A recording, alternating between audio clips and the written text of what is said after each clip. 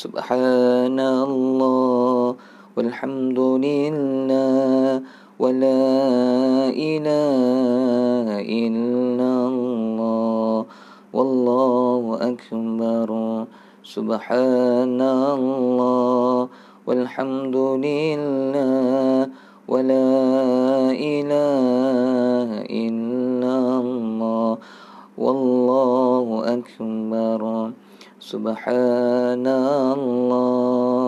walhamdulillah wala ilaha illallah wallahu akbar. Allah ya Allah, Allah ya Allah, Allah ya Allah, Allah ya Allah. Assalamualaikum warahmatullahi wabarakatuh. Muslimin muslimat yang dirahmati dan dipilih oleh Allah Subhanahu wa taala pada pagi ini, marilah sama-sama kita memulakan pertemuan kita pada pagi ini dengan nama Allah. Mudah-mudahan Allah Subhanahu wa taala merahmati kita dan memberkati kita sepanjang kita bersama-sama pada pagi ini insya-Allah. A'udzubillahi minasyaitonirrajim. Bismillahirrahmanirrahim. Alhamdulillahi rabbil alamin wa bihi nasta'in wassalatu wassalamu ala rasulil amin asyrafil anbiya'i wal mursalin wa ala alihi wa sahbihi ajma'in. Asyhadu an la ilaha illallah wahdahu la syarika lah wa asyhadu anna sayyidana Muhammadan abduhu wa rasuluh. Allahumma salli ala sayyidina Muhammad wa ala alihi wa sahbihi wa barik wa sallim. Subhanaka la ilma lana illa ma 'allamtana innaka antal alimul hakim. Qala rabbi shrah li sadri wa yassir li amri wahlul 'uqdatam min lisani yafqahu qawli. Rabbana zidna 'ilman nafi'a warzuqna fahman wasi'a. Allahumma ij'alna min ulama'il 'amilin. Allahumma ij'alna minal mukhlasin. Allahumma ij'alna minal ladzina yastami'una al-qawla fayattabi'una ahsana. Allahumma faqihna fid din wa 'allimna at-ta'wil wahdina siratal mustaqim birahmatika ya arhamar rahimin. Na'udzu billahi min syururi anfusina wa min sayyiati a'malina wa la haula wa la quwwata illa billahil aliyyil azim. Amin ya rabbil alamin. Amin.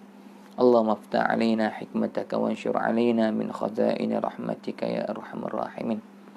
Bismillahilladzi la yadhurru ma'a ismihi syai'un fil ardi wa la fis sama' wa huwas sami'ul alim. Bismillahilladzi la yadhurru ma'a ismihi syai'un fil ardi wa la fis sama' wa huwas sami'ul alim. Bismillahilladzi la yadhurru ma'a ismihi syai'un fil ardi wa la fis sama' wa huwas sami'ul alim. Muslimin dan muslimat yang dirahmati oleh Allah Subhanahu wa taala sekalian, mari sama-sama kita melafazkan alhamdulillahi rabbil alamin kehadrat Allah Subhanahu wa taala, kerana Allah Subhanahu wa taala terus memberikan kita taufik dan hidayah untuk kita terus berada dalam ketaatan, berada dalam kebaikan. Mudah-mudahan Allah Subhanahu wa taala memberikan kita hati yang istiqamah di dalam kebaikan sehinggalah kepada akhir hidup kita. Kita mengharapkan agar Allah Subhanahu wa taala mengambil nyawa kita dalam keadaan kita terus sentiasa kekal dalam kebaikan, dalam ketaatan kepada Allah Subhanahu wa taala insya-Allah tuan-tuan ya. Jadi tuan-tuan, tentang istiqamah ya. Tentang istiqamah yakni tentang perkara untuk kita kekal dalam kebaikan ni tuan-tuan. Walaupun perkara itu tidak terlepas daripada anugerah dan pertolongan daripada Allah, tetapi tuan-tuan, saya nak sebut ianya tetap juga bermula dengan usaha dan ikhtiar kita juga tuan-tuan ya. Jadi istiqamah ni maksudnya sentiasa tetap hati, itu mana istiqamah ya. Tetap hati dalam kebaikan. Jadi nak dapatkan ketetapan hati dalam kebaikan ni, kita sendiri itu juga nak kena kuat berusaha. Jadi maknanya tidak boleh kita nak mencapai istiqamah ini dengan mengharapkan semata-mata daripada kurniaan Allah, sedangkan kita sendiri itu tidak berusaha untuk menetapkan diri kita dalam kebaikan. Jadi nak menetapkan diri dalam kebaikan ni yang berat ujiannya, tuan-tuan ya. Jadi bila mana kita sudah terus berusaha, terus membiasakan diri kita, kalau kita katakan dalam bab kuliah ni, kuliah subuh, kuliah maghrib, kita tetapkan masa kita untuk kita setiap hari. Kalau bolehnya begitu, tuan-tuan, tak ada apa-apa hal. Kita ajar diri kita, kita lawan nafsu kita untuk kita terus bawa diri kita dalam kebaikan pada waktu subuh begini contohnya. Maka dengan kita membiasakan macam ni, sampailah sudah perkara ini sudah kita dapat lakukan sepanjang masa itu, sehinggalah perkara itu sudah menjadi istiqamah dalam kehidupan kita. Jadi saya nak sebut istiqamah ni memang kurniaan Allah, tapi kita kena usaha juga untuk mencapainya, tuan-tuan ya. Bukan istiqamah tu tiba-tiba datang dengan sendiri, itu tidak, tuan-tuan ya. Jadi tuan-tuan, dalil untuk Allah Subhanahu Wa Taala mengekalkan kita dalam kebaikan dengan syarat kita tu sendiri terlebih dahulu nak kena berusaha bersungguh-sungguh untuk mendapatkan perkara tersebut. Dalilnya Allah Subhanahu Wa Taala menyebutkan dalam Al-Quran, kata Allah, a'udzubillahi minasyaitonirrajim, kata Allah, walladzina jahadu fina lanahdiyannahum subulana, kata Allah. Barang siapa ataupun mereka yang kata Allah berusaha bersungguh-sungguh pada jalan kami, maknanya bermula dengan kita yang bersungguh-sungguh kepada jalan Allah. Kata Allah, siapa-siapa yang bersungguh-sungguh bermujahadah, berusaha ikhtiar, tuan-tuan, melawan diri, tuan-tuan, untuk sentiasa berada di atas jalan Allah, barulah Allah Subhanahu Wa Taala menyebutkan lanahdiyannahum, barulah Allah akan memberikan petunjuk kepada mereka. Jadi maknanya kita tu sendiri nak kena bersungguh-sungguh atas jalan Allah, baru datang hidayah daripada Allah. Ni kadang-kadang ada setengah orang dia salah faham. Dia ingat hidayah ni datang sendiri, tuan-tuan, datang bergolek. Maknanya orang Melayu kata datang, orang kita kata datang bergolek, tuan-tuan. Jadi sebenarnya hidayah ni dia bukanlah datang bergolek tu, maknanya kita bangun tidur tu tiba-tiba dapat hidayah terus, tuan-tuan.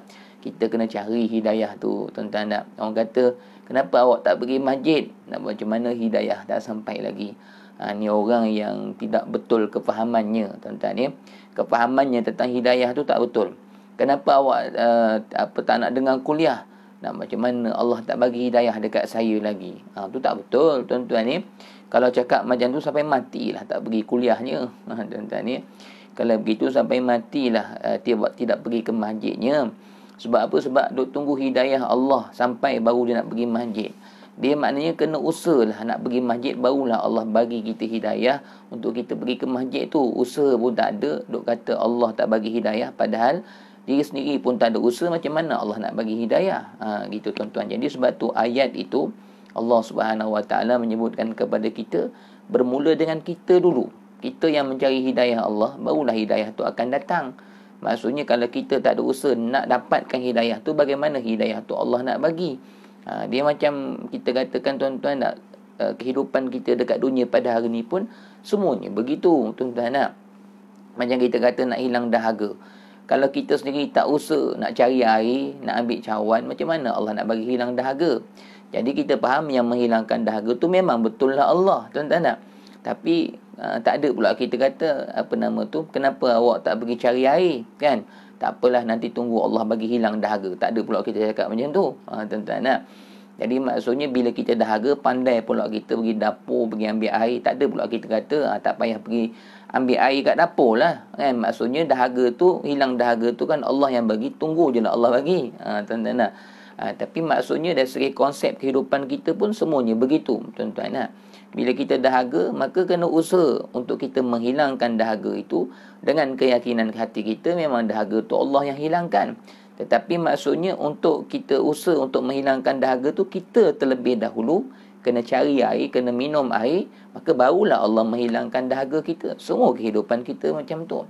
Nak kenyang, tuan-tuan, maka kenalah usaha mencari nasinya, mencari lauknya, maka barulah kekenyangan tu akan diberi oleh Allah. Maka begitu juga dengan akhirat, tuan-tuan. Kita kata kadang-kadang, ustaz, macam mana saya nak jadi ahli zikir, tuan-tuan? Ustaz, macam mana saya nak meninggalkan dosa dan maksiat? Kenapa Allah tak tolong saya? Bukan Allah tak tolong kita. Kadang-kadang kita sendiri tidak bermula. Kita sendiri itu tidak bermula bersungguh-sungguh untuk berusaha untuk meninggalkan maksiat, untuk kuat berzikir, untuk bawa hati kita khusyuk kepada Allah, macam mana nak datang pertolongan Allah? Sebab kita sendiri itu tidak bermula dengan diri kita mencari sebab musabab kepada perkara tersebut. Tuan-tuan ni. Jadi istiqamah ni memang anugerah Allah, tetapi kita yang kena usaha, tuan-tuan ni. Cumanya bagi orang-orang yang sudah pun Allah kurniakan dia dengan istiqamah tu, dia akan mudah untuk menetapkan hati dia dalam sesuatu ketaatan dan kebaikan, tuan-tuan ni. Tetapi bukan bermakna dia tak berusaha, sudah berusaha juga. Cuma usaha dia sudah dipermudahkan oleh Allah kerana sudah sebati, sudah biasa. Jadi begitulah, tuan-tuan ni. Jadi kata Syekh Abdullah, guru kita ni, orang-orang yang belum sampai kepada Allah ni, orang salik ni, dia berusaha untuk menetapkan hati dia dalam keadaan masih susah, masih payah. Tetapi maksudnya Allah Subhanahu Wa Taala ni nak uji keimanan kita. Allah nak tengok sejauh mana kita bersungguh-sungguh nak kepada Allah ni. Jadi Allah nak tengok kita punya bersungguh-sungguh kepada Allah walaupun kita belum lagi dipermudahkan oleh Allah, tapi Allah nak tengok sejauh mana kita ni bersungguh-sungguh nak kepada Allah. Jadi sebab tu orang salik ni, sebelum Allah Subhanahu Wa Taala nak menganugerahkan kepada mereka istiqamah itu, mereka diuji dengan susah payah. Susah payah ni rasa berat, rasa malas, tuan-tuan nak sibuk dengan perkara dunia, nak dapatkan istiqamah tu. Tapi Syekh Abdullah kata orang yang sampai kepada Allah ni, usaha ikhtiar dia dalam ketaatan ni dipermudahkan oleh Allah macam air yang lalu saja. Tapi maknanya mereka pun masih berusaha, masih maknanya bermujahadah, tapi mujahadah mereka sudah ringan. Begitulah, tuan-tuan ni. Tapi kok mana-mana pun saya nak sebut, perlu bermula dengan pencarian kita. Sebab itulah kita nanti ada syurga, ada neraka. Sebab apa, tuan-tuan? Sebab semuanya bermula dengan pencarian kita. Maka dengan sebab usaha ikhtiar itulah diganjari oleh Allah dengan pahala-pahala ataupun tingkatan kita dalam syurga. Sebab tu, tuan-tuan, kita jangan rasa resah gelisah dengan susah payah kita. Sebab susah payah kita itulah diganjari oleh Allah dengan pahala-pahala yang berlipat kali ganda dan diangkat martabat dalam syurga setinggi-tinggi martabat, tuan-tuan nak. Maka sebab tu kita kata, jangan kata ustaz susah nak beramal ustaz. Memang susah. Sebab susah itulah akan dibayar pahalanya oleh Allah. Kalau senang, tuan-tuan, maknanya ramailah hari ni orang-orang yang mudah untuk mendapat syurga dan berjaya, tuan-tuan ya. Jadi memang susah. Susah itulah suatu ujian sebenarnya. Tuan-tuan ni, bila susah, Allah nak tengok sejauh mana kita punya kesungguhan kepada Allah. Kalau senang, tak nampak lah, tak boleh nak uji lah, tuan-tuan. Bila susah tu baru nampak siapa yang benar-benar beriman, siapa yang tidak benar-benar beriman. Sebab tu Allah Subhanahu Wa Taala sebut dalam Al-Quran. Sebab tu kita kata bukan senang nak mengaku beriman ni, beriman begitu. Kata Allah dalam Al-Quran, am hasibtum an tadkhulul jannah, kata Allah. Apakah kamu sudah menyangka kamu tu ahli syurga? Kata Allah dah. Adakah kita sangka kita ni sudah pun menjadi ahli syurga? Sedangkan kata Allah, walamma ya'tikum mathalul ladzina khalu min qablikum, sedangkan iman kamu belum diuji oleh Allah dengan susah payah. Iman kamu, kata Allah, sedangkan belum diuji oleh Allah dengan susah payah bermujahadah seperti mana orang-orang yang sebelum daripada kamu. Maknanya orang zaman dahulu, tuan-tuan, nak dapat iman semua susah. Maknanya diuji dengan susah payah. Kenapa diuji dengan kesusah payahan itu? Sebab Allah nak uji keimanan kita yang betul-betul nak pada Allah tu. Rintangan, ujian itu, susah payah itu, Allah nak tengok siapa di kalangan kita ni yang benar-benar nak kepada Allah. Jadi siapa yang betul-betul nak kepada Allah, susah macam mana pun ditempuhlah. Sebab dia betul-betul hati dia jujur kepada Allah ni, tuan-tuan nak. Maka Allah kata, masathumul ba'sa wad-dharra, tuan-tuan nak. Maka orang zaman dahulu tu mereka ditimpa dengan susah payah, mudarat, susah payah, kesakitan dan sebagainya. Jadi Allah kata, apakah kamu sudah menyangka kamu ahli syurga, sedangkan kamu belum diuji dengan susah payah, bermujahadah, melawan hawa nafsu dan sebagainya, tuan-tuan, gitu nah. Dan sebab tu dalam susah payah kita ni, kita perlu bersabar, tuan-tuan ni. Sebab tu Allah sebut dalam ayat yang lain juga, pangkalnya sama, hujungnya lain. Tadi Allah kata, apakah kamu sudah menyangka kamu beriman, sedangkan kamu belum diuji oleh Allah dengan susah payah seperti mana umat-umat zaman dahulu. Maksudnya, tuan-tuan, kita orang beriman ni, tapi kita ni ujian kita tak berat mana, tuan-tuan tak?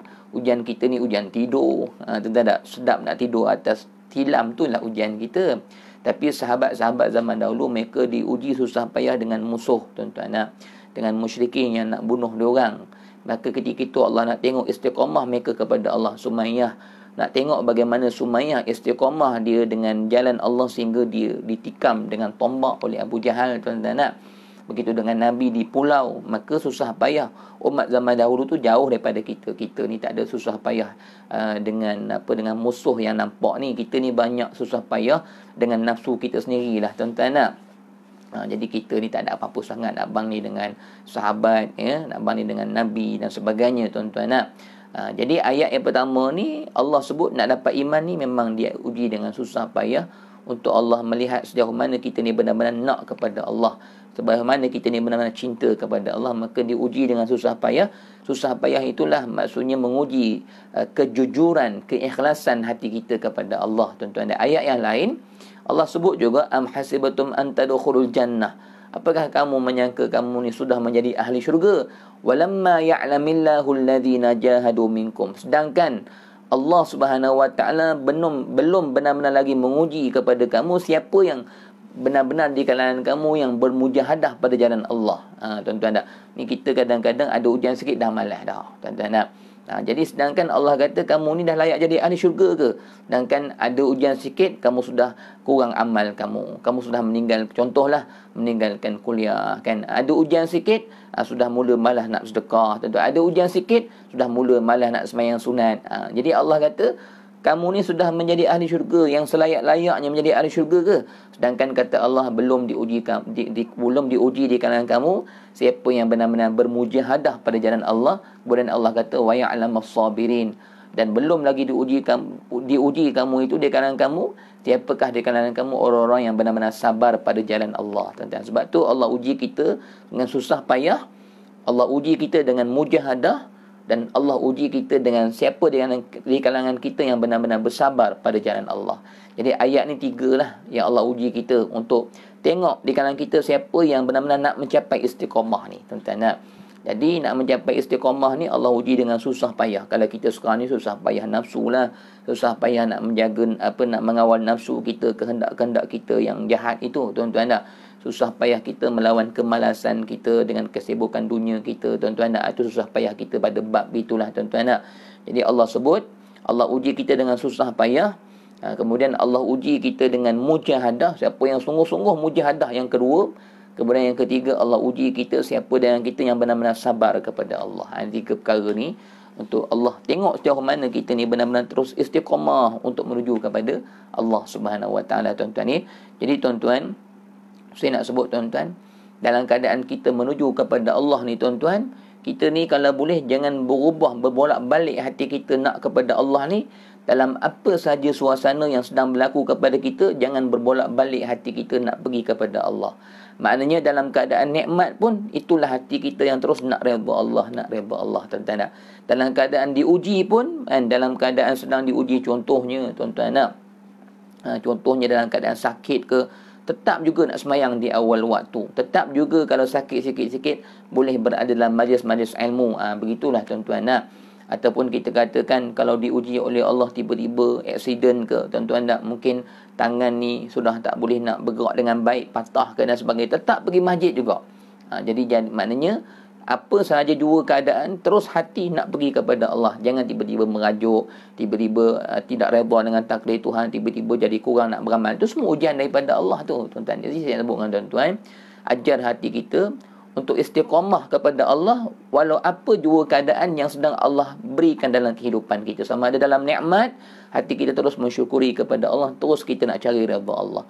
Ataupun tiba-tiba Allah uji kehidupan kita dengan ujian musibah, bala dan sebagainya, terus juga kita terus berjalan untuk mencari redha Allah. Selagi mana kita belum menjadi kekasih Allah, ataupun selagi mana kita belum menjadi orang-orang yang sampai kepada Allah, terus kita berjalan menuju kepada Allah dengan hati yang istiqamah, sama ada depan orang, belakang orang, dalam nikmat, dalam bala, tuan-tuan. Sebab tu orang-orang yang benar-benar jujur hatinya kepada Allah, tidak berbolak-balik hatinya dalam apa jua keadaannya, terus tetap hatinya kepada Allah. Dalam keadaan musafir, dalam keadaan tidak musafir, kalau dia memang orang yang sentiasa menjaga solat di awal waktunya, tuan-tuan tak?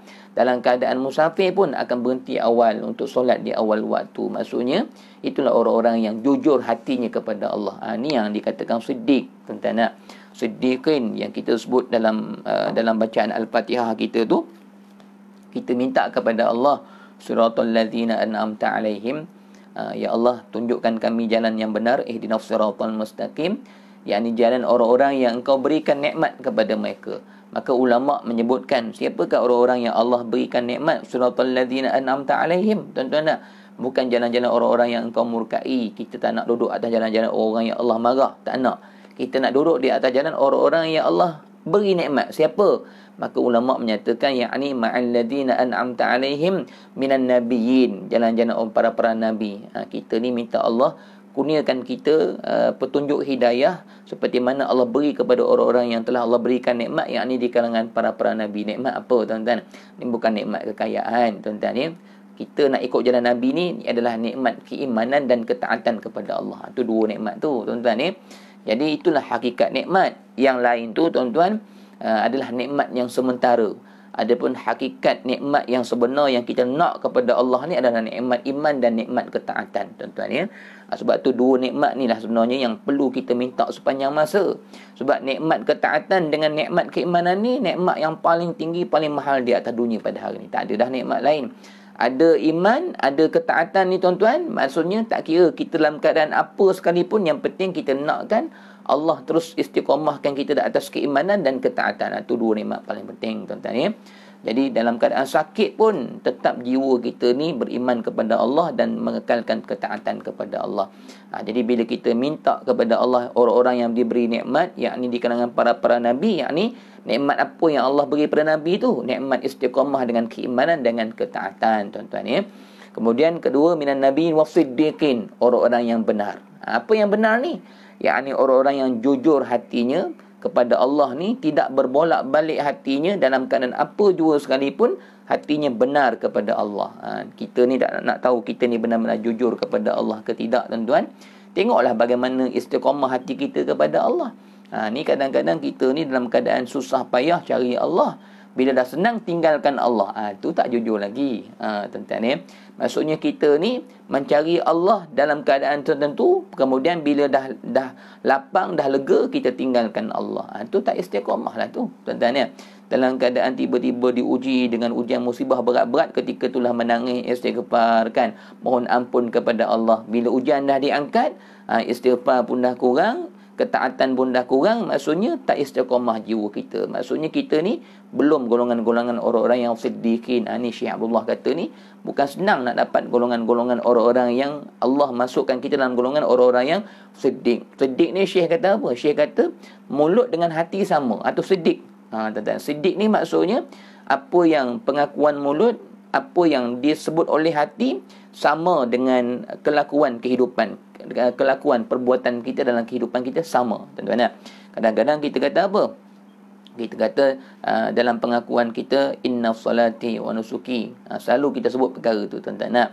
Sungguhnya solat aku, kehidupan aku, semuanya lillahi ta'ala. Itu pengakuan kita, tuan-tuan. Itu yang kita pegang dalam hati kita. Kalau orang kata hidup kamu untuk siapa? Untuk Allah. Tapi kadang-kadang perbuatan kita, banyak hidup kita untuk nafsu. Itu tak jujur lagi. Syekh Abdullah kata, yang perkara yang memang berat lah, tuan-tuan. Bukan senang kita nak jujur dengan ucapan kita ni, tapi kita kena usaha lah.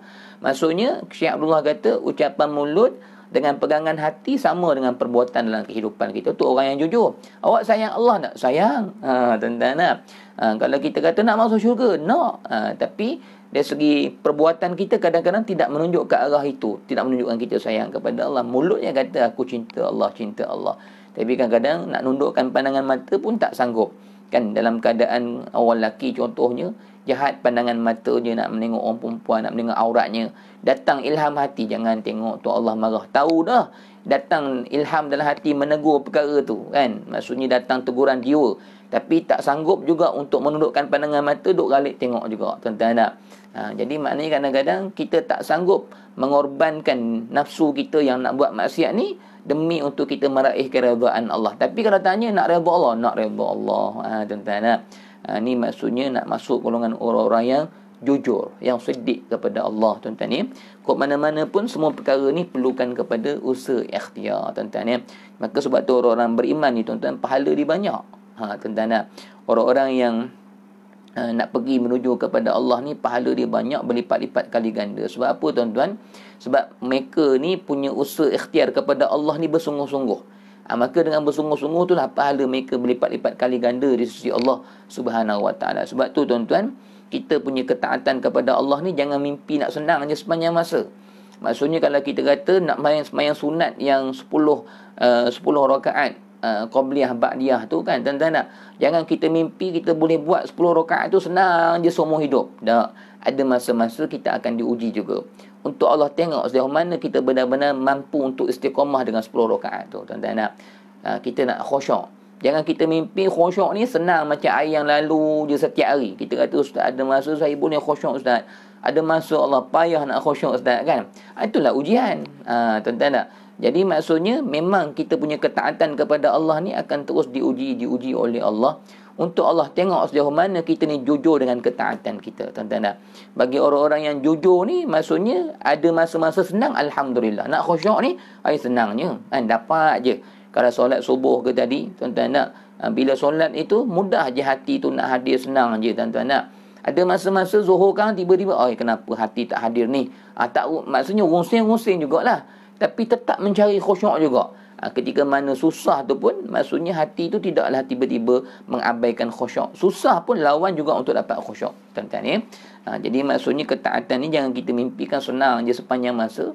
Ada masa-masa ketaatan kita diuji oleh Allah dengan ujian-ujian yang pelbagai lah, tuan-tuan tak? Mungkin dalam keadaan tiba-tiba kita ni bermusafir, Allah nak uji sejauh mana kita ni sanggup berhentikan kereta kita, berhenti nak solat dulu, tuan-tuan tak? Kadang-kadang ada orang ni ketika mana tidak musafir, solat awal waktu, tapi buatnya kadang-kadang dia keluar kan, dia pergi beli barang ke apa, sudah solatnya pun dah lewat dan sebagainya. Di situ ada ujian susah. Susah apa? Susah nak kena berhenti dulu. Ada kadang-kadang orang rumah kata, tak apalah bang, dah nak sampai rumah dah ni. Tuan-tuan nak semayang kat rumah je lah, tuan-tuan nak. Sedangkan masjid ada tepi jalan tu. Kita dalam hati kita kata, semayang dululah kan. Kita utamakan hak Allah dulu. Buatnya mati tengah jalan tak sempat solat kan, macam mana, tuan-tuan nak? Tapi kadang-kadang adalah ayah, anak ke kan, ataupun kadang-kadang mungkin isteri tak perasan, dia kata bang balik rumah je lah, semayang dekat rumah je kan. Susah lah bang nak semayang dekat sini, apa semua kami ni orang pemain. Contoh, tuan-tuan nak, diuji dengan susah payah sikit, sudah kita semayang lambat, tuan-tuan nak. Jadi maksudnya dalam keadaan senang tu memang kita boleh buat, tapi kadang-kadang dalam keadaan susah tu kadang-kadang kita terabai kita punya ketaatan kita kepada Allah. Tapi orang-orang yang jujur beriman kepada Allah ni, istiqamah di atas ketaatan ni, dalam apa jua keadaan dia yang berlaku, dia tetap menjaga perintah Allah Subhanahu Wa Taala. Ni bukan senang ni, tuan-tuan ya. Ini perkara yang memang memerlukan kepada orang-orang yang benar-benar imannya kuat, dan orang yang benar-benar bersungguh kepada Allah, dia akan dapatlah perkara ni, tuan-tuan ya. Syekh Abdullah, guru kita, dia ada cerita, tuan-tuan ya. Dia cerita pada kami lah.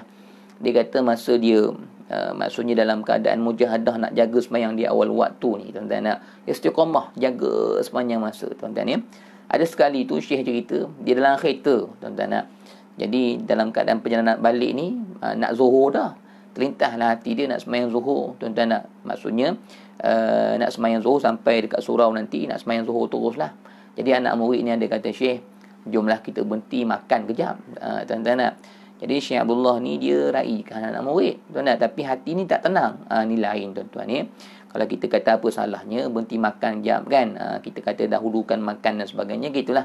Tapi kadang orang yang dekat kepada Allah ni dia lain, tuan-tuan, perasaan dia lain ya. Jadi berhentilah dia, tuan-tuan.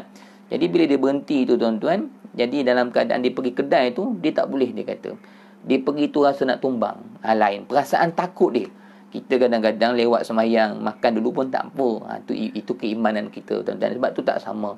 Iman kita orang awam dengan iman orang-orang yang dekat dengan Allah ni, perasaan dia dengan Allah ni sensitif, tuan-tuan ya. Jadi berhenti dah, turun dah, tuan-tuan. Bukan tak tahu kereta, turun dah. Tapi nak masuk kedai tu, Syekh kata tak boleh. Hati sebu dia kata. Libang-libu. Dan rasa nak tumbang. Lain rasa dia, nak tumbang rasa. Maksudnya, dia punya rasa dengan Allah tu sampai tubuh badan tu rasa tak sedap. Dan sampai rasa nak tumbang, Syekh kata minta maaf, jom balik lah, Syekh kata. Jadi balik semayang dulu. Lepas semayang baru pergi makan.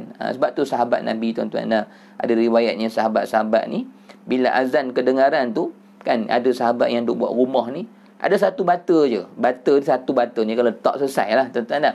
Tapi tak, bila azan je, walau satu bata lagi nak siap pun tinggal. Allahu Akbar. Kadang-kadang kita muhasabah diri kita ni jauh lah. Kadang-kadang kerja kita ni, tuan-tuan nak, Walaupun kerja kita tu maknanya dah nak habis dah, kita habiskan dululah sikit lagi. Tuan-tuan, sikit lagi habiskan dululah tuan-tuan. Sebab tu kalau boleh untuk kita tarbiyah diri kita, jaga amal ibadah kita kepada Allah ni tuan-tuan. Untuk kita jaga ni kalau boleh untuk semayang awal waktu ni contohnya tuan-tuan. Jangan maksudnya dalam keadaan hampir-hampir nak masuk waktu tu kita masih buat kerja. Itu yang payah nak berhenti tu. Tuan-tuan ni, kalau boleh kita, kalau kita iman kuat tak apa tuan-tuan.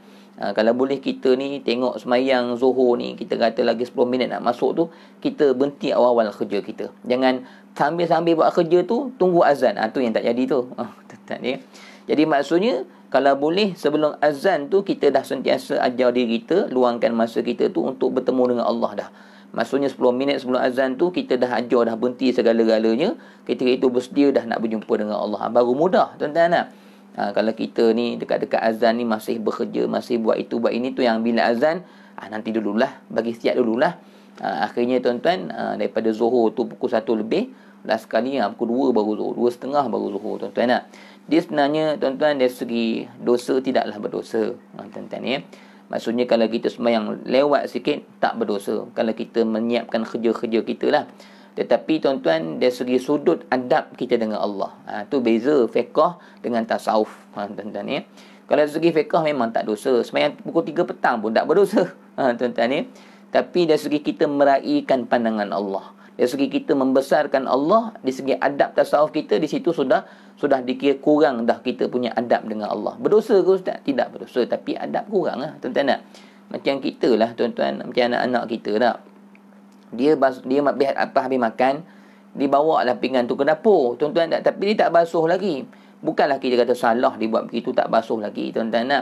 Bila kita kata contohlah tuan-tuan, nak basuh pinggan tu, dia kata kejap mak kan, dia kata gitu. Dia kata ada hal-hal lain dia nak buat, dia bukan tak basuh pinggan tu tapi lambat. Tuan-tuan, dari segi adabnya maknanya dia akan basuh tapi lambat. Perintah kita tu dia buat tapi lambat. Dari segi adab dan kita tak baiklah. Perintah kita tu dia buat tapi ditangguh-tangguhkan. Kita yang duk tengok ni, bilalah anak aku nak pergi basuh pinggan ni tuan-tuan. Jadi kita dengan Allah ni begitulah. Dari segi orang-orang yang benar-benar nak jaga pandangan Allah, nak menjaga hubungan dengan Allah, dari segi dia sentiasa hati dia ni nak membesarkan Allah lebih daripada yang lain-lain. Jadi di situ sudah kurang adab dia, sudah kuranglah maknanya pandangan Allah dari segi membesarkan Allah tu sudah kuranglah. Dan satu lagi perkaranya, kalau ikut pengalaman saya lah tuan-tuan, mungkin tuan-tuan sendiri pun rasa benda-benda macam tu lah tuan-tuan. Bagi pandangan dan pengalaman saya, kalaulah ni contoh masuk solat lah, benda-benda lain tu tuan-tuan kias-kias masing-masing lah tuan-tuan.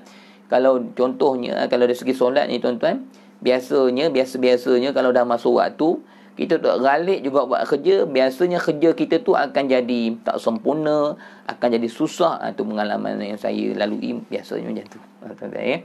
Jadi kalau dah jadi macam tu maksudnya Allah nak suruh kita solat dululah tuan-tuan.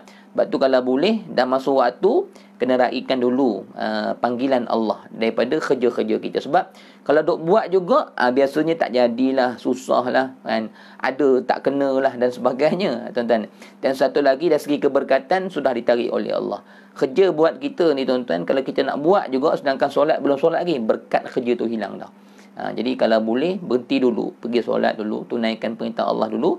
InsyaAllah benda-benda yang kita buat tu selepas daripada solat akan dipermudahkan oleh Allah. Sebab kita dah jaga Allah, maka Allah akan bantu kita lah. Kalau kita mengabaikan Allah, melambatkan hak dia tuan-tuan, nanti kerja buat kita tu tidak dibantu oleh Allah dan kurang keberkatannya.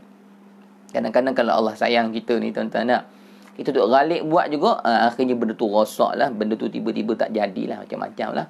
Kalau orang duk type surat, tiba-tiba komputer padam, pap, tu Allah sayang lah tu tuan-tuan. Kita tengah ngadap laptop ke, kerja dekat tempat pejabat ke, nanti dulu semayang Zuhur dah ni, nanti dulu nanti dulu, tiba-tiba mati laptop dan sebagainya. Tu Allah nak panggil kita, tu peringatan daripada Allah. Kalau Allah sayang, dia tegur kita dengan cara-cara macam tu lah tuan-tuan gitu. Jadi tuan-tuan, maknanya saya nak sebut kepada kita semua pada pagi ni, antaranya pengajarannya, kita nak dapatkan istiqamah ni perlu mujahadah. Dan memang bukan senang itu untuk kita mendapatkan hati yang tetap dengan Allah ini, melainkan perlu kepada usaha ikhtiar yang bersungguh-sungguh kepada Allah, barulah akan datang pertolongan-pertolongan daripada Allah, anugerah kurniaan daripada Allah. Sebab tu tuan-tuan, kita katakan wali-wali Allah ataupun ulama-ulama, alim-alim ulama tuan-tuan, semua mereka ini tuan-tuan mencapai kepada maqam yang tinggi semuanya bermula dengan susah payah. Itu yang kita kena faham, tuan-tuan ya. Sebab ada orang kata dengan saya, ustaz, macam mana saya nak dekat diri pada Allah, banyak ujian. Itu perkara biasalah tu, tuan-tuan ya. Ada orang mengadu kadang-kadang mesej kepada saya dan sebagainya, ustaz, saya rasa lagi dekat saya dengan Allah ni lagi banyak ujian, ustaz. Dulu saya tak ada rasa nak dekat diri pada Allah, hidup saya tak rasa macam ni. Saya nak sebut dengan tuan-tuan, maknanya kita yang berjalan kepada Allah ni, menempuh ujian susah dan payah ni bukan kita yang lalui. Bahkan semua para nabi, kekasih-kekasih Allah, mereka berjaya mendapat maqam-maqam yang tinggi di sisi Allah. Mereka sebelum-sebelum daripada kita, semuanya melalui susah dan payah terlebih dahulu sebelum mereka mencapai martabat yang tinggi sebegitu rupa, tuan-tuan ya. Jadi maksudnya kita kalau nak mencapai darjat yang tinggi seperti mana Allah memberikan kepada para kekasihnya, kepada para nabi, kita juga perlu bersedia untuk bersusah payah menghadapi ujian-ujian untuk kita benar-benar menjadi kekasih-kekasih Allah, tuan-tuan ya. Macam ayat yang Quran yang saya bacakan tadi, tuan-tuan ya. Baik, ala kulihalnya tuan-tuan, sentiasalah berusaha bersungguh-sungguh di jalan Allah Subhanahu Wa Taala sampai bila-bila. Gitulah tuan-tuan ya. Kalau Imam Ahmad bin Hanbal ketika mana anaknya bukan berputus asa, tapi Imam Ahmad bin Hanbal ni ketika mana anaknya mula bertanya-tanya tentang susah payah untuk bermujahadah atas jalan ketaatan ni, sudah mula unsing lah, maksudnya dengan ketaatan yang perlu dilakukan berterusan melawan nafsu ni, sampai anak Imam Ahmad ni tanya kepada ayah dia, wahai ayahku, kan Imam Ahmad bin Hanbal, sampai bila aku perlu melalui susah payah dalam ketaatan kepada Allah ni, ujian-ujian dan sebagainya, maksudnya dalam keadaan nak pergi kepada Allah ni, mujahadah sampai bila? Tuan-tuan. Maka Imam Ahmad bin Hanbal kata kepada anak dia, wahai anakku, susah payah kita kepada Allah ni takkan habis melainkan setelah mana datang kematian. Itu kata Imam Ahmad bin Hanbal. Maknanya tuan-tuan, kita ni takkan pernah senang bila kita berada dalam ketaatan ni, sebab nafsu syaitan yang sentiasa mengajak kita kepada keburukan. Nak lawan dua musuh utama ni tuan-tuan, itu baru kira nafsu syaitan, belum ujian dengan manusia lagi, belum ujian kehidupan kita ni. Maksudnya bila disebut perkataan tentang mujahadah, maka Imam Ahmad bin Hanbal kata mujahadah ni takkan habis sampailah sekali sakaratul maut datang. Itulah penghabisan mujahadah kita, tuan-tuan ya. Jadi memang sudah menjadi sunnatullah, menjadi kebiasaan kepada hamba-hamba Allah yang nak dekat dengan Allah tu, maknanya melalui susah payah. Bukan susah payah tu miskin ke tak, tuan-tuan. Maksud saya susah payah ni maksudnya susah payah nak menundukkan nafsu. Ialah melawan tak habis-habis. Ada harta nak sedekah dekat pakai miskin, susah payah nak melawan nafsu yang sayang kepada harta, susah payah nak menahan mata yang suka tengok benda bukan, susah payah nak bawa hati nak sentiasa sebut nama Allah, susah tak? Susah lah, tuan-tuan. Tu maksud saya susah payah tu. Bukan maksud susah payah tu tiba-tiba rumah terbakar ke, kereta kena curi ke. Itu ujian-ujian juga. Yang tu jarang-jarang berlaku. Kadang-kadang Allah nak uji berlaku. Tapi maksud saya susah payah tu, susah payah kita ni tak boleh nak seronok-seronok je, nak senang-senang je, tuan-tuan. Maksudnya susah payah dengan kita, dengan nafsu kita, dengan syaitan kita. Itu maksud saya susah payah. Orang-orang yang tidak beriman kepada Allah, tak kisah hubungan dengan Allah, kalau tuan-tuan tengok, mana ada susah payah dia orang ni, tuan-tuan nak berjalan ke sana sini, semayang entah ke mana-mana, melepak sana sini, tuan-tuan tak duk main game, main handphone, Quran entah ke mana-mana tak baca, senang je hidup dia orang. Memang senang lah ikut nafsu. Tuan-tuan, maksud saya susah payah tu kat situ, tuan-tuan nak. Orang lain duk ralik layan TV drama sampai 23 episod, duk seronok melayan TV kan. Kita ni sabar, tahan diri. Susah payah dekat situ maksud saya tu, tuan-tuan ni. Jadi maksudnya nak mencapai menjadi kekasih Allah tu, susah payah melawan diri tu. Melawan diri tu yang jadi susah payah, tuan-tuan gitu. Dan perlukan kepada kesabaran yang tinggi. Untuk kita bersabar terus melawan nafsu. Ustaz payah Ustaz lawan nafsu, memang iyalah, tuan-tuan. Nak mati nafsu bukan senang, tuan-tuan kita. Baik, tuan-tuan, kalau kita tengok kitab kita balik ni, tuan-tuan ni, pada perkara yang kelima dalam pengajian tasawuf, tuan-tuan ni, kita baca satu perkara ni dah, tuan-tuan ni. Yang ni perkara yang kelima, tuan-tuan.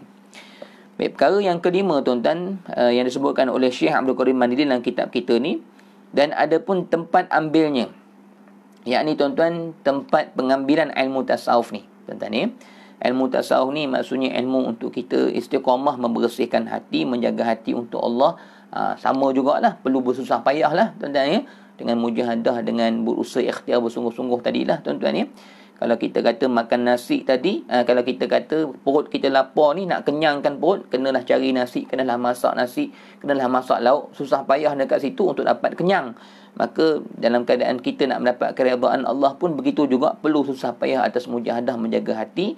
Jadi bersungguh-sungguh cari sebab musabab kepada keredaan Allah, barulah akan datang redha Allah kepada kehidupan kita. Jadi sama saja konsepnya tuan-tuan. Maksudnya orang yang tak ada usaha tak ada kejayaan. Orang yang ada usaha baru ada hasil di sisi Allah Subhanahu Wa Taala tuan-tuan. Sebab tu kalau kita tengok macam mana ustaz dia orang ni tahajud rajin, zikir tak putus-putus, kita tengok macam senang je. Maksudnya tuan-tuan, kita tengok senang tu sudah ketika mana mereka sudah berada pada penghujungnya, tuan-tuan tak tanya macam mana mereka mujahadah 40 tahun sebelum tu, 15 tahun sebelum tu. Jadi tuan-tuan, maksudnya kesenangan ibadat yang kita tengok para kekasih Allah dapat sembahyang 1000 rakaat satu malam, sebelum nak sampai yang tu susah payah mereka sebelum tu banyak tuan-tuan, ujian mereka banyak. Jadi maksudnya bukan kita tengok orang berjaya ni kita rasa macam senang je mereka nak berjaya. Dia sama je, dunia akhirat sama.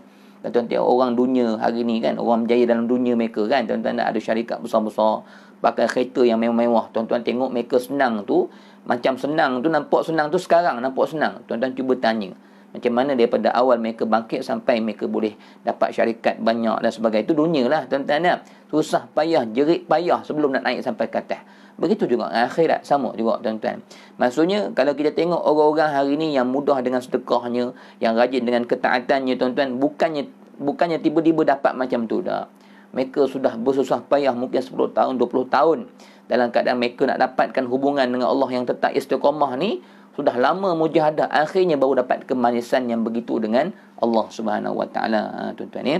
Jadi tuan-tuan, kata Syekh Abdul Qadir Mandini, dan ada pun tempat ambilnya, yakni tempat asalnya pengajian tasawuf ni, ilmu tasawuf ni diambil daripada mana tuan-tuan? Maka mestilah tasawuf itu berdasarkan ataupun tempat ambilannya daripada Al-Quran, daripada Al-Quran yang mulia dan hadis Nabi SAW.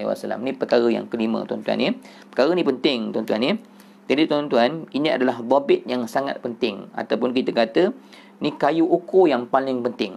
Ni paling penting, perkara yang kelima ni tuan-tuan dalam kitab kita. Maksudnya tuan-tuan, untuk kita mengambil perjalanan tasawuf ni, pastikan guru kita itu mengajar tasawuf yang benar-benar datang daripada Al-Quran dan hadis. Ini penting tuan-tuan ya. Maksudnya jangan sekali-kali tuan-tuan nak mengaji tasawuf ni, macam sekarang ni saya mengajar tuan-tuan tasawuf lah ni tuan-tuan ya. Jadi tuan-tuan, jangan sekali-kali kita ni mengambil perjalanan tasawuf, mengambil ilmu tasawuf yang tidak bersumberkan kepada Al-Quran dan hadis. Jaga-jaga tuan-tuan ya. Dia pengajian tasawuf ni, kalau kita tengok akhir zaman ni tuan-tuan, banyak juga pengajian-pengajian tasawuf yang sesat. Sebab apa sesat tuan-tuan? Sebab tak ambil daripada Quran, tak ambil daripada hadis.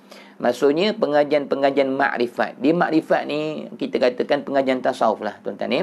Dia sebenarnya tasawuf tu ilmu. Makrifat ni hasil kemuncak kepada pengajian tasawuf. Ataupun kita katakan tasawuf itu perjalanan penyucian jiwa tuan-tuan ya. Cuci hati. Cuci hati, dan kemuncak kepada cuci hati apa? Cuci hati itu apa tuan-tuan? Makrifat tuan-tuan ya. Jadi makrifat ni maksudnya anugerah Allah yang terakhir bagi maqam wali-wali. Tuan-tuan ya. Jadi kalau kita dari segi maqam yang paling tinggi, para rasul tu paling tinggi martabat manusia tuan-tuan ya. Dan para rasul ni dah tak ada dah di akhir zaman ni, dah tak ada peluang. Bukan tak ada peluang lah, maknanya memang kita tak boleh nak usaha menjadi rasul, tak adalah tuan-tuan ya. Sebab rasul ni pilihan Allah khas tuan-tuan ya. Dan kemudian lepas Rasul Nabi, Nabi martabat yang kedua. Kemudian Rasul dan Nabi ni tak ada dah, habis dah. Yang tinggal hari ni adalah maqam wali. Tuan-tuan ya, dipanggil awliya illahi salihin. Kita wajib beriman, kita mesti beriman wali-wali Allah ni ada, sentiasa ada. Sampai sekarang ada wali-wali Allah tuan-tuan ya. Wali-wali Allah ni mereka orang yang sentiasa dekat dengan Tuhan lah tuan-tuan ya. Baik, maqam wali-wali Allah Subhanahu Wa Taala ni dia ada sampai sekarang ni tuan-tuan ya. Jadi muslimin muslimat Allah sekalian, wali-wali Allah ni maqam mereka ini adalah maqam mereka-mereka yang mendapat makrifat, kenal Allah. Hati mereka ni sangat kenal Allah Subhanahu Wa Taala. Maka perjalanan untuk dapat makrifat ni lah melalui perjalanan ilmu tasawuf. Tuan-tuan ya. Baik, kenal Allah ni macam mana ustaz? Tuan-tuan tak? Dia sebenarnya simple je tuan-tuan ya. Benda ni simple je. Bukan perkara yang setengah-setengah. Kadang-kadang ada ustaz ni kata apa? Makrifat ni tinggi orang awam tak boleh belajar. Tuan-tuan tak? Kadang-kadang percakapan begitulah menyebabkan orang memandang serong kepada pengajian tasawuf dan sebagainya, tuan-tuan. Sebenarnya ilmu Allah ni tak ada ilmu Allah yang perlu dirahsiakan. Ilmu Allah boleh diceritakan, boleh diterangkan, tuan-tuan ya. Kadang-kadang perkara tu hanyalah sekadar orang kata macam yalah, perkara tu memanglah perlu ditapis juga, tuan-tuan. Tapi jangan sampai kita sebutkan perkataan tu sampai kan orang awam jadi macam takut nak belajar dan sebagainya, rahsia dan sebagainya, tuan-tuan ya. Okey, baik, saya sebutkan sikit makrifat tu apa, tuan-tuan. Makrifat ni asal perkataan arif. Sebab tu wali-wali Allah ni digelar juga mereka sebagai orang yang arifin billah dipanggil. Orang-orang yang kenal Allah, tuan-tuan. Kenal-kenal ni apa, tuan-tuan? Kenal-kenal ni maksudnya mereka yang tahu tentang Allah, kenal tentang Allah dan merasai pengenalan mereka kepada Allah. Baik, tuan-tuan, kita ni tahu Allah, kenal Allah tapi belum merasai. Itulah maksud makrifat, tuan-tuan ya. Maksudnya makrifat ni mudah je, tuan-tuan, bukanlah perkara yang berat dia tak. Maksudnya makrifat ni kalau nak mudah ideologi je, tuan-tuan. Kalau buah durian, tuan-tuan tak? Durian tu, tuan-tuan tak? Kita tahu durian, kita kenal durian, tapi kadang-kadang ada di kalangan kita yang tak pernah rasa durian tu. Tuan-tuan tak? Kita kenal durian, tahu tu maksudnya kita tahulah, pernah tengoklah gambar durian tu. Macam musang king contoh, tuan-tuan tak? Durian banyak jenis, tuan-tuan tak? Musang king, saya semua hidup tak pernah merasai musang king. Dan setakat ni alhamdulillah tak teringin pun, tuan-tuan tak? Tak tahulah, belum ada perasaan nak betul-betul nak merasa buah tu, tuan-tuan tak? Suka durian, saya lah suka durian. Orang kata hantu durian jugalah saya ni. Tapi tak adalah perasaan tu tiba-tiba nak cari juga nak merasai. Jadi saya seumur hidup belum merasai durian king. Jadi saya belum mengenal lah, belum makrifat lah kepada musang king tu, tuan-tuan tak? Tapi saya tahu musang king tu macam mana sebab saya tengok dalam YouTube, tuan-tuan tak? Tengok macam mana buahnya, macam mana isinya yang kuning tu kan, yang orang makan, sedapnya. Kita tahu, kenal, tapi kadang-kadang tak rasa. Jadi rasa ni yang panggil benar-benar kenal ni. Maksudnya, tuan-tuan, orang-orang yang kenal kepada Allah ni, kalau dia rasa takut kepada Allah ni, bukan takut di mulut, tapi takutnya memang hatinya bergetar. Itulah kenal. Itulah benda makrifat. Wali-wali Allah ni, tuan-tuan, mereka kenal Allah ni sebab mereka merasai ketakutan kepada, takut mereka macam mana? Sampai macam Syekh Abdullah tadi. Nak semayang lambat rasa bergetar. Tuan-tuan, tak pernah tak kita rasa buat dosa ni rasa nak menangis? Tu kenal lah tu. Itulah mana kenal, tuan-tuan ya. Maksudnya wali-wali Allah ni, hati mereka dengan Allah ni sentiasa merasakan perkara-perkara tentang Allah ni. Kalau kita kata hari ni kan, Allah maha melihat kita, muraqabah kita kata. Allah sentiasa memantau kita. Kita rasa benda tu, kita faham. Tapi kadang kita buat maksiat, buat juga. Kita tak takut, tuan-tuan tak? Tu belum kenal lah tu. Tuan-tuan tak? Maksudnya, kalau kita tahu Allah maha berkuasa, Allah maha melihat, tuan-tuan tak? Allah dengan sifat-sifat dia tu, tapi kadang-kadang kita tahu tu kat mulut je. Tapi hati kita langgar Tuhan juga. Tu belum kenal. Tuan-tuan ya. Kalau tuan-tuan maksudnya kenal harimau, dan sekarang ni kita kenal harimau dan kita rasa takut dengan harimau, tuan-tuan tak? Katalah harimau tu berjalan dekat rumah kita, keluar daripada hutan mana-mana, bunyi mengaum tu dekat luar. Tuan-tuan nak keluar tak? Tak keluar kita, tuan-tuan tak? Bahkan kita dalam rumah ni takut je, risau kena pula dicakar-cakarnya rumah kita ni. Allah, takutnya kita ketika itu, tuan-tuan tak? Maka orang yang benar-benar takut kepada Allah ni adalah perbuatan dia yang menunjukkan dia takut kepada Allah. Bukan saya takut pada Allah. Itu baru sebut, itu baru tahu, baru faham, belum kenal. Jadi wali-wali Allah ni, mereka ni kenal Allah ni dengan mereka benar-benar merasai ketakutan itu. Kalau mereka rindu kepada Allah ni, dengan benar-benar jiwa mereka rasa rindu tu, rindu yang sungguh-sungguh. Kalau cinta tu benar-benar memang ada cinta yang kuat dalam hati mereka. Jadi kita sekarang ni mungkin cinta pun tak ada, rindu pun tak ada, takut pun tak ada, resah gelisah hilang Allah pun tak ada. Jadi belum kenal lah kita ni. Jadi sebab tu tasawuf ni, tuan-tuan, maknanya dia satu ilmu ataupun suatu penerangan. Ilmu ni penerangan lah, tuan-tuan, nak memberikan kita petunjuk jalan untuk kita menuju kepada Allah, bersihkan hati, tinggal dosa dan maksiat, tuan-tuan, jauhkan diri daripada sifat mazmumah. Sentiasa kita biarkan hati kita ni diisi dengan kebaikan-kebaikan sampai Allah kurniakan kita rasa kenal dengan dia tu. Jadi orang-orang yang sudah kenal dengan Allah tu, jadi rindu dia tu, yang terkejut malam-malam bangun nak berjumpa dengan Allah, angkat takbir tu, rasa seronok, asyik. Perasaan tu lah dia panggil kenal tu. Kadang-kadang kita solat ni kosong je, solat nak laju je, kita belum kenal, tuan-tuan tak? Kadang kita angkat takbir, Allahu Akbar, melayang tu otak kita, tuan-tuan tak? Kita tak rasa pun kita sedang berjumpa dengan Allah, berdiri di hadapan Allah. Tak rasa pun kita sedang bertemu dengan Allah. Tak rasa pun kita sedang diperhatikan oleh Allah. Kadang-kadang tahu benda tu, nampak, maksudnya faham ilmu tu ada. Tapi jiwa kita ni macam tak menjiwai. Tuan-tuan tak? Tak menjiwai solat tu. Aku ni tahu ni solat sedang berjumpa dengan Allah, tapi tak menjiwai perasaan jumpa tu, tak kisah aja atau belum kenal. Kenapa Ustaz? Saya tahu Allah. Saya tahu Allah duk melihat saya. Saya tahu saya solat ni saya sedang berjumpa dengan Allah, tapi di mana perasaan saya tu? Rasa saya. Kan perasaan, rasa. Perasaan ni asal perkataan rasa lah. Ada rasa. Itu panggil perasaan. Mana hilangnya ya Ustaz? Kenapa saya tak rasa? Jawapannya sebab kita punya kehidupan masih banyak dosa dalam hati kita. Maka tak ada rasa dengan Allah. Dia macam lidah kita. Tuan-tuan nak? Lidah kita ni tuan-tuan. Bagi orang yang lidah dia ni ada masalah. Tuan-tuan nak? Kita bagi dia musangking pun dia tak rasa musangking tuan-tuan. Maksudnya kita bagi dia rasa macam-macam benda pun dia tak rasa manis, tak rasa lazat. Kenapa tak rasa manis, tak rasa lazat? Sebab lidah dia sakit. Lidah dia rasa tak ada. Dia makan buah tu dan dia tahu buah tu manis tapi dia tak rasa. Kita kata, kalau tanya doktor, kenapa saya tak rasa kemanisan ni sedangkan semua orang duk rasa manis? Sedangkan benda ni memang betul-betul saya dah makan, saya dah telan, saya dah buat dah. Saya dah makan dah benda ni kan. Tapi mana rasa saya? Doktor kata lidah awak sakit. Jadi awak kena makan ubat, antibiotik, buang kuman-kuman yang ada kat lidah awak. Bila lidah awak sembuh, awak dapatlah rasa. Jadi kita dengan Allah ni dah solat dah baca Quran tapi tak ada perasaan. Mana hilang rasa kita dengan Allah? Sebab dosa banyak dekat hati kita. Jadi hati kita tak mampu rasa dengan Allah ni sebab hitam dosa kita. Menyebabkan kita ni maksudnya tak ada perasaan dengan Tuhan, tak ada rasa sensitif dengan Allah sebab kekotoran jiwa kita. Tu kena taubat tu. Yang tu kena bersih tu. Jadi bila hati tu sudah mula benar-benar bersih dan hidup dah rasa dengan Allah. Itu sebab tu Nabi SAW menyatakan, tuan-tuan, dalam hadis Nabi menyatakan sekurang-kurang martabat orang beriman. Ni paling kurang ni, tuan-tuan nak. Bawah daripada ni bukan orang beriman dah. Tuan-tuan, tak ada iman lah. Maksudnya iman pun iman dekat mulut je. Saya beriman kepada Allah. Itu mulut. Tuan-tuan nak. Saya takut kepada Allah. Itu dekat mulut je. Dekat sini belum ada iman. Iman tu tak hidup. Tak ada.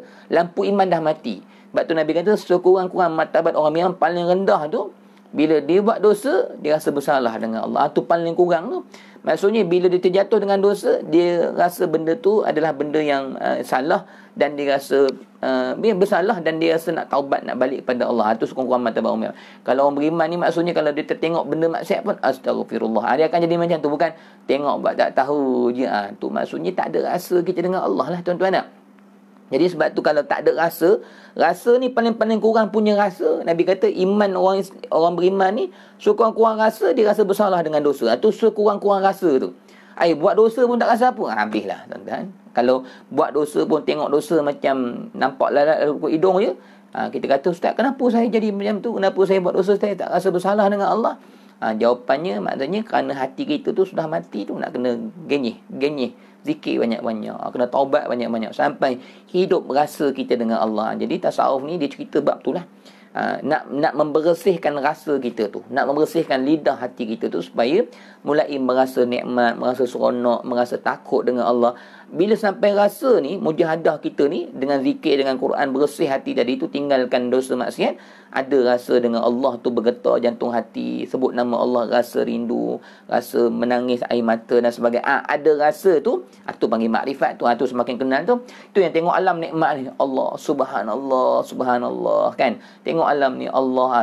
Tengok alam ni, ciptaan alam ni, nampak pentadbiran Allah. Sebut Allah tu dengan jiwa, dengan rasa, sedap. Kita bukan tak tahu, tuan-tuan, siang ni Allah yang buat, malam Allah buat, tapi kita tahu tu sekadar tahu, tak ada rasa pun, tak ada feel, tak ada feeling, tak ada, tuan-tuan. Kalau kita cinta kepada seseorang, tuan-tuan, macam kita masa bercinta mula-mula hari tu, orang yang kuat bercinta, tuan-tuan, kalau dia lalu rumah perempuan tu, tuan-tuan, bukannya tengok orangnya, katalah nama orang perempuan tu Fatimah ke contoh kan, lalu depan rumah Fatimah ni, tuan-tuan, masa bercinta kuat hari itulah, tengok kasut Fatimah, tengok kasut, bukan tengok Fatimahnya. Tuan-tuan, tengok kasut dekat luar, hati Allah Fatimah, rindunya saya dengan awak. Orangnya tak ada, orang dalam bilik. Jadi tengok kasut Fatimah tu pun dah rindu dah. Tengok kasut Fatimah tu pun dah bergetar jantung hati Allah bila nak jumpa dengan Fatimah ni, tuan-tuan. Jadi duk tengok bekas kasut tu pun sudah teruja hati. Jadi kita kalau cinta kepada Allah, tengok penciptaan Allah, belum tengok zat dia, tengok kesan-kesan perbuatan dia pun Allah, hati ni panggil nama Allah, Allah. Panggil Allah ni dengan jiwa yang benar-benar rasa dengan Tuhan, cinta kasih dengan dia. Tengok kasut Fatimah tu lah, Allah Fatimah rindunya saya. Kan mata duk tengok kasut, hati pandang Fatimah. Gitu tuan-tuan. Tapi kalau orang yang tak cintakan Fatimah ni, kan, orang yang kawan Fatimah ke, kan, tak cinta kat dia, tengok kasut Fatimah, ni kasut Fatimah ni, tak rasa apa-apa sebab dia tak cinta. Tuan-tuan. Macam kita hari ni tengok alam, nampak Allah, kan, kita dapat nikmat pun Allah yang bagi nikmat, tapi kita tak rasa pemberian Allah tu sehingga kita punya hati ni rasa berbunga-bunga dengan Tuhan. Tapi kadang-kadang bila suami bagi kita benda dan sebagainya, kita seronok sebab apa? Kita cinta pada suami kita. Tuan-tuan, jadi itu dia kata makrifat tu. Tuan-tuan ni, jadi kesimpulan terakhirnya saya nak sebut dengan tuan-tuan, tasawuf ni adalah suatu ilmu perjalanan untuk kita bersihkan hati untuk sampai kepada makrifat tu sebenarnya. Jadi orang-orang yang semakin banyak makrifat dia, semakin kuat rasa dia dengan Allah, itulah orang-orang yang semakin kenal dengan Tuhan. Itulah orang-orang yang mengenali Allah. Maksudnya dia bukan sekadar tahu Allah ni maha berkuasa, Allah ni maha memberi rezeki, tapi dia ada rasa feeling dia, perasaan dia dengan sifat-sifat dan nama-nama Allah tu. Maksudnya bergetarnya, tangisannya, ketakutannya, itu semua dia rasa tu, rasa sungguh-sungguh dalam jiwa dia, tuan-tuan. Macam mana boleh rasa? Sebab jiwa dia sudah bersih. Bila sudah bersih, dapat merasai kebesaran Allah, dapat merasai segala-galanya lah, tuan-tuan ya. Jadi tasawuf ni mesti diambil daripada guru, ataupun mesti perjalanan itu, ilmu-ilmu yang membicarakan tentang perkara ni mesti daripada Quran dan hadis. Itu yang disebutkan perkara paling penting. Jangan duk type dalam tasawuf, dalam YouTube, ilmu makrifat, ilmu tasawuf. Yang mengajarnya tak siapa-siapa, kita tak kenal, tuan-tuan. Ambil ilmu tasawuf, ambil ilmu yang ikut dan kita, jangan, bahaya, tuan-tuan ya. Tu yang ada lepat lah, kan, yang rambut panjang tu kan. Yang tu tak betul tu pengajian dia, tuan-tuan ya. Sebab dia tak semayang. Dia mengaku dia tak semayang. Dia kata nak semayang, jangan khusyuk pun tak ada. Astagfirullahaladzim, tuan-tuan. Jadi ada ilmu-ilmu tasawuf, ilmu-ilmu makrifat ni yang dikata dia kenal Allah, tetapi syariat ditinggalkan. Sebab mereka merasakan mereka sudah kenal Tuhan dan sebagainya. Mereka sampai merasakan mereka itu adalah, sampai sesat teruk tu, sampai mereka mengatakan diri mereka itu adalah Allah dan sebagainya, tuan-tuan.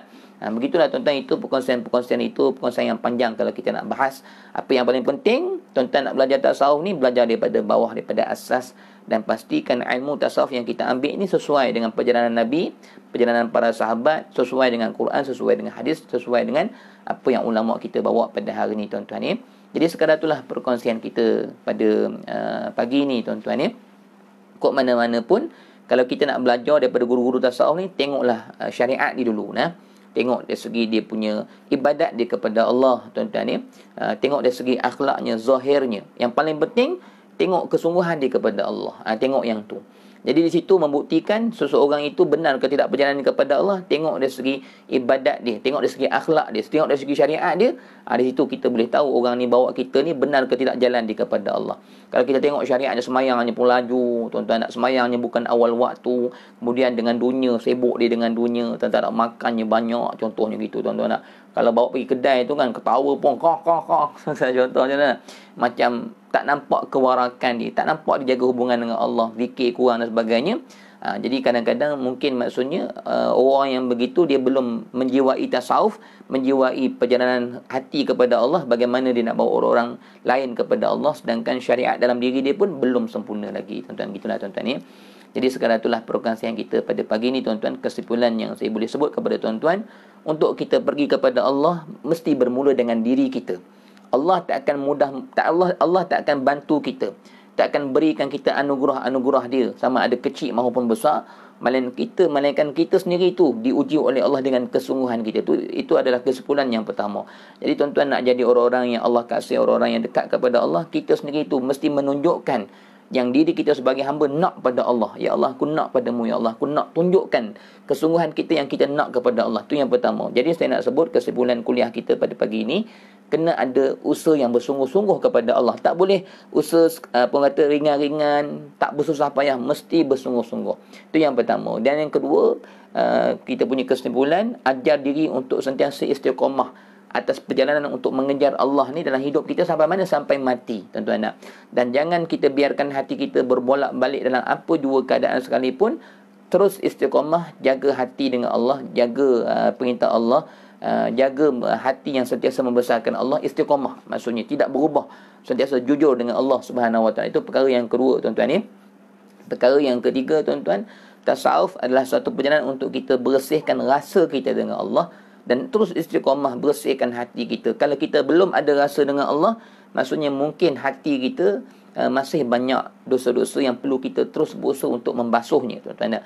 Sampailah kita boleh ada rasa dengan Allah, sampai Allah berikan kita kemanisan-kemanisan untuk bersama dengan Dia, kenikmatan bersama dengan Dia, melihat alam ini, memandang kebesaran Dia dengan jiwa yang benar-benar merasai kebesaran Dia. Jadi tasawuf itu adalah perjalanan yang sampai kepada tahap begitu, nombor 3.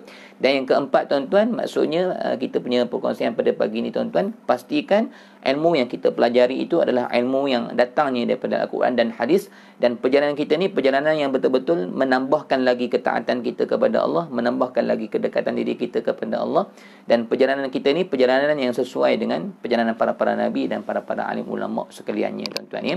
Jadi sekadar itulah perkongsian kita pada pagi ni, tuan-tuan ya. Jadi orang-orang yang lebih banyak bersungguh-sungguhnya kepada Allah, maka akan lebih banyak nikmat yang bakal menanti pada penghujung perjalanannya, tuan-tuan. Kalau hari ni kita dah tidak bersusah payah dalam perjalanan kita ni, maka takkan kita mencapai kepada perakhiran hidup yang bahagia bersama dengan Allah. Jadi nak dapatkan kebahagiaan menjadi kekasih-kekasih Allah, maka di awal inilah maksudnya Allah sedang menguji susah payah kita pada hari ni, tuan-tuan ya. Jadi segala yang baik semua datang daripada Allah. Saya mohon maaf kekurangan dalam saya adakan kuliah. Mudah-mudahan Allah terus mengistiqamahkan hati kita pada jalannya, dan Allah Subhanahu Wa terus membersihkan hati kita daripada sekalian dosa-dosa yang menyebabkan hilang rasa kita dengan Allah. Mudah-mudahan Allah terus beri kita taubat, terus memberikan kita jalan untuk kita keluar daripada sekalian maksiat, dan Allah terus menyibukkan hati kita dengan kebaikan sepanjang masa, sehinggalah hati kita ni benar-benar lunak bersama dengan Tuhan, sehinggalah hati kita ni benar-benar hidup dengan Allah Subhanahu Wa Taala, insya-Allah, tuan-tuan ya. Amin ya rabbal alamin.